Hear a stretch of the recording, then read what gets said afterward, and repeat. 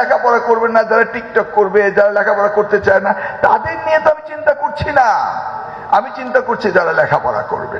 এখন হঠাৎ করে শিক্ষার্থীরা তারা ভাবছে যে তারা আগের মতো মত করলে, ফেসবুকে আমার বিরুদ্ধে হা দিলে আমি বোধহয় ঘাবড়ে যাব না। তো 30 মিনিটে এমসিকিউ পদ্ধতি। ঢাকা শহরের নামি দামি স্কুলগুলো, আমি গ্রাম গ্রামান্তর বলছি না, তারা 10 মিনিট যায়, 15 মিনিট যায়, 20 মিনিট যায়। ঢাকা শহরে অত্যন্ত নামি দামি স্কুলগুলো আমরা তো দেখে আসছি। আমি তো মন্ত্রিত্ব যাওয়ার পর বসে নেই, এডুকেশন নিয়ে কাজ করছি। আমার একটা সংগঠন রয়েছে, এডুকেশন রিসার্চ ইনিশিয়েটিভ।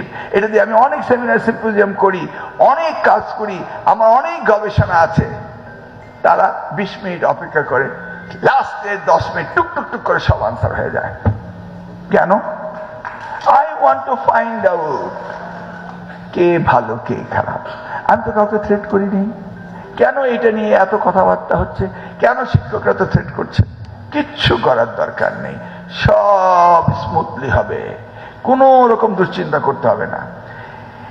21শে এপ্রিল পরীক্ষা বিগত সরকারের টাইম সেট করে দিয়েছে। RICL TMX, যুগের পর যুগ স্থাপনা থাকে মজবুত। প্রশ্নপত্র করেছে, সব তাদের সেট করা, তো সময়মতো তো করেছে। এখন হঠাৎ করে শিক্ষার্থীরা তারা ভাবছে যে তারা আগের মতো মত করলে, ফেসবুকে আমার বিরুদ্ধে হা দিলে আমি বোধহয় ঘাবড়ে যাব না। তো যারা লেখাপড়া করবে না, যারা টিকটক করবে, যারা লেখাপড়া করতে চায় না, তাদের নিয়ে তো আমি চিন্তা করছি না। আমি চিন্তা করছি যারা লেখাপড়া করবে।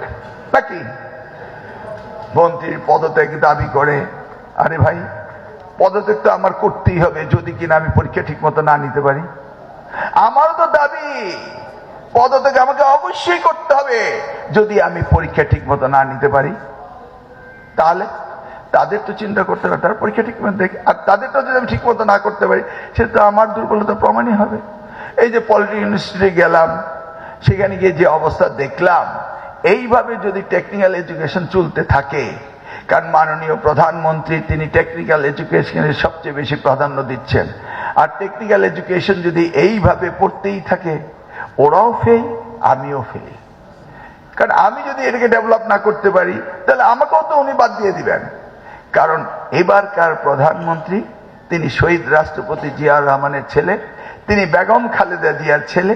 তিনি জানেন এই রাষ্ট্র গঠন করতে হলে কি করতে হবে, এবং তিনি করে ছাড়বেন ইনশাআল্লাহ। আর আমরা যদি সহযোগিতা না করি, আমাদেরও পাস ফেল রয়েছে। অতএব আমরাও এবার ছাড়বো না, শিক্ষা ব্যবস্থা পরিবর্তন করেই ছাড়বো। যেহেতু উনি টাকা দিবেন, পয়সা দিবেন, সব দিবেন, আর আমরা করবো না কেন বলুন?